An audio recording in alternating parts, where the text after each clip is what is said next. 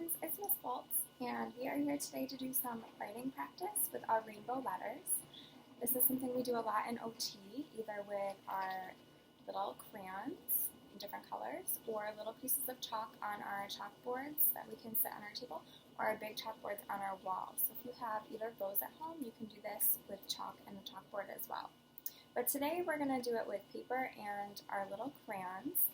You can see I did my name behind me here in my rainbow letters, so we're going to do that. I'm going to show you this on a different piece of paper today. So all we need for this is some really tiny crayons. You can see these are really small. They're about 1 to 2 inches each, and I just made these by breaking big crayons that I had. And I will show you why we do that. We are trying to work on promoting a functional grasp, so if we have a big crayon, a normal sized crayon, a lot of my students hold it many different ways. So a lot of them might try to hold it like this, or with 4 fingers this way. Some of my students use a big thumb wrap like this. So we're just trying to promote a more functional grasp, which a little crayon really helps with, because it's too small to do most of those things with. It would just kind of get lost in your hand if you're trying to wrap your thumb around, and it's really hard to fit all 4 fingers on this way. So it's promoting a more functional grasp using these 3 fingers and tucking our other 2 fingers in and holding our crayon like this. And that's how we want to see our students writing. Another functional grasp is this way, so that's fine as well. But that's why we use these tiny crayons to help with that grasp pattern instead of bigger crayons like this, or a normal size pencil without a pencil grip if our students need those. I know you guys might not have a lot of writing utensil options or grips at home, so using broken crayons or small broken pieces of chalk is wonderful to work on this. The only other things we're going to need today is just a piece of paper. So I wrote my word that I'm going to be writing today on here already. Parents or caregivers, you guys can go ahead and write the word on the paper for them. I just drew a single line underneath. If you guys have visually structured paper that I sent home or that their teacher sent home, you can go ahead and use that. Some of our students use paper with boxes, so you can use that. Some of our kids have the Super Kits paper with the 3 lines that are red, yellow, and brown. You can use that as well. Whatever paper they typically use, if you have it, go ahead and use that.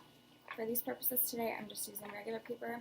If you don't have visually structured paper that they use, regular paper is fine.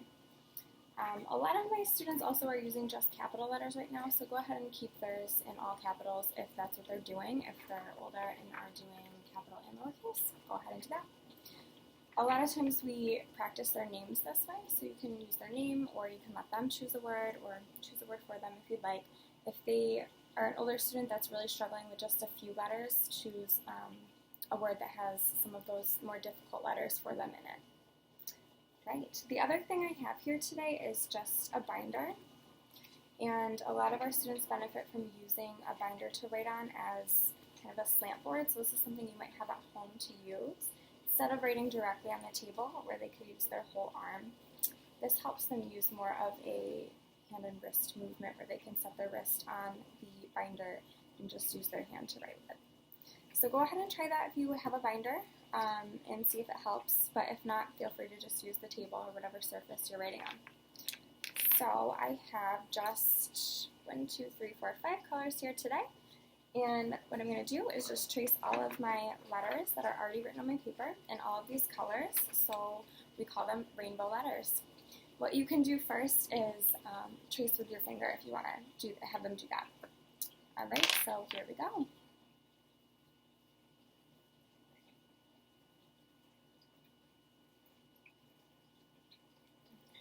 Use red first. Doesn't matter what colors you do, any colors that you have are fine.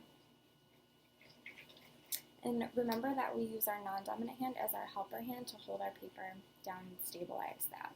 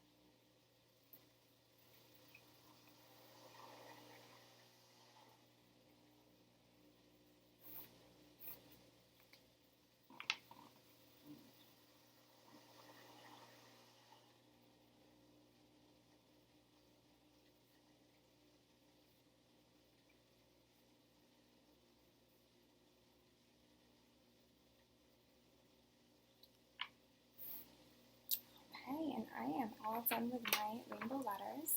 Sure you can see all the different colors. When we do this with chalk on our chalkboards, we go back through with our finger to trace and we blend all the letters so it really does look like a nice blended rainbow. So feel free to do that if you guys have chalkboards at home. If not, you can practice just like this. And when you're all done tracing, if you want to have your student try to write the word down below on a different line, that would be great as well. So I'm going to do that now.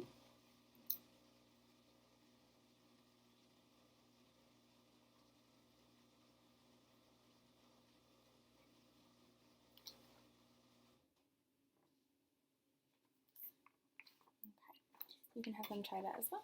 And they can go through and trace that word if they want to as well. Do this as many times as you guys want.